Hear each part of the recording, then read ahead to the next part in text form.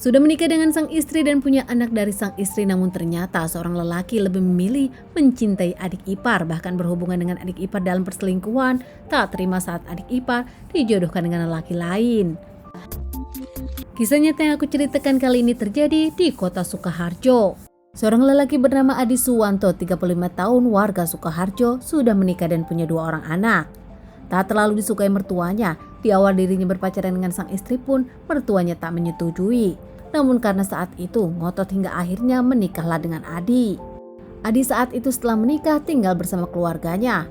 Sementara mertuanya tinggal di desa lain namun tak jauh. Mertuanya tak tinggal sendirian, mertua lelaki sudah tak ada, hanya mertua wanitanya. Saat itu di rumah mertua wanitanya tinggal bersama anaknya, yaitu adik dari istri Adi bernama Utami. Tanpa siapapun tahu ternyata Adi sudah cukup lama dekat dengan Utami adik iparnya tanpa siapapun tahu, termasuk tanpa sang istri tahu. Karena Adi sendiri merasa adik iparnya juga ada hati, bahkan mereka kerap berkomunikasi. Suatu hari Adi kaget saat mendengar Utami dijodohkan dengan seseorang, bahkan perjodohan itu pun diungkapkan oleh istri Adi. Adi langsung menanyakan kepada Utami lewat handphone, dirinya pun chatting lewat WhatsApp. Namun beberapa hari ditunggu tak ada balasan dari Utami. Kesal tak mendapatkan balasan dari Utami, Adi pun geram. Hingga akhirnya Adi memutuskan untuk datang ke rumah mertuanya bertemu dengan Utami. Meski Adi menikah dengan kakak Utami, namun ternyata Adi meminta merasa Adi sendiri berhubungan dengan Utami tanpa sang istri kakak dari Utami tahu. Ternyata mereka ada hubungan beberapa kali bertemu dan mereka pun kerap komunikasi lewat chattingan dan mereka pun bahkan pernah dekat satu sama lain. Meskipun Adi tak menjelaskan apakah mereka pernah tidur bersama atau tidak. Di tanggal 3 Maret 2025, Adi keluar rumah jalan-jalan di pagi hari dengan motornya. Kepada sang istri, Adi pun mengungkapkan dirinya akan membeli bensin. Tak lama setelah membeli bensin, Adi pun ke rumah mertujuannya tepat jam 7 pagi berniat bertemu dengan Utami. Namun setelah sampai di sana, mertua Adi pun melihat tak ingin dikunjungi Adi, mertuanya Adi pun langsung mengunci pintu. Namun saat itu Adi tahu kalau pintu di belakang tak pernah dikunci. Adi sendiri pun langsung masuk lewat pintu belakang. Saat Adi masuk lewat pintu belakang, saat itulah Adi bertemu dengan mertuanya. Hingga keduanya pun cekcok, mertuanya tak tahu apa alasan Adi datang ke rumah. Namun terlihat Adi marah saat datang ke rumah hingga akhirnya keduanya pun adu bicara. Saat sang mertua masih ngoceh-ngoceh, Adi yang kesal langsung ke dapur membawa senjata tajam dan tak lama Adi pun langsung masuk ke kamar Utami.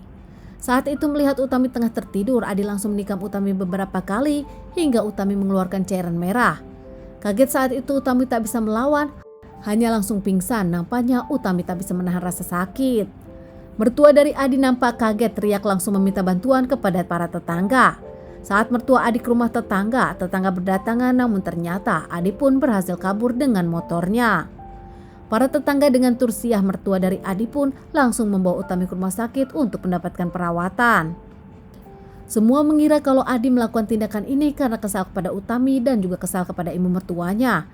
Tanpa siapapun tahu ternyata alasannya Adi cemburu kepada Utami.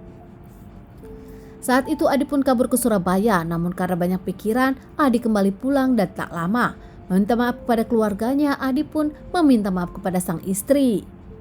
Di sana Adi jujur kepada sang istri kalau ternyata Adi sendiri ada hubungan perselingkuhan dengan Utami, adik iparnya sendiri. Meski kaget, adik dari Adi pun memaafkan Adi dan meminta Adi untuk menyerahkan diri. Saat Adi berniat menyerahkan diri, tak lama pihak kepolisian datang ke rumah Adi karena tahu pelakunya adalah Adi. Adi langsung diamankan dibawa ke kantor polisi untuk diinterogasi. Saat dimintai keterangan oleh pihak kepolisian, Adi pun mengakui kalau dirinya adalah pelakunya. Motifnya kesal kepada Utami, cemburu kepada Utami yang akan segera menikah usai dijodohkan. Padahal Adi sendiri ada hubungan dengan Utami. Saat menanyakan perjodohan ini baik-baik kepada Utami, Utami pun tak membalas chattingan, bahkan Utami seakan melupakan dan membuang Adi. Adi diamankan terkait permasalahan ini, dirinya pun akan segera menjalani persidangan. Pihak kepolisian mengungkapkan kalau Adi terancam hukuman 15 tahun penjara. Sementara Utami sendiri mendapatkan banyak luka, kondisinya masih tragis dan belum sadar, masih di rumah sakit. Keluarga Utami yang kaget tak menyangka atas pengakuan Adi dan mengungkapkan mereka pun kaget kalau Adi ada hubungan dengan Utami. Tak mau memaafkan Adi meski Adi adalah menantu di keluarga mereka. Teman-teman, kasus ini masih baru terjadi. Istri dari Adi pun memang tak berniat menceraikan Adi, memaafkan Adi dan akan menunggu hingga Adi keluar rumah tahanan. Teman-teman, sekian dulu cerita yang aku bawakan kali ini. Semoga ini bisa dijadikan pelajaran untuk kita semua dan ditunggu bahasan kasus-kasus selanjutnya.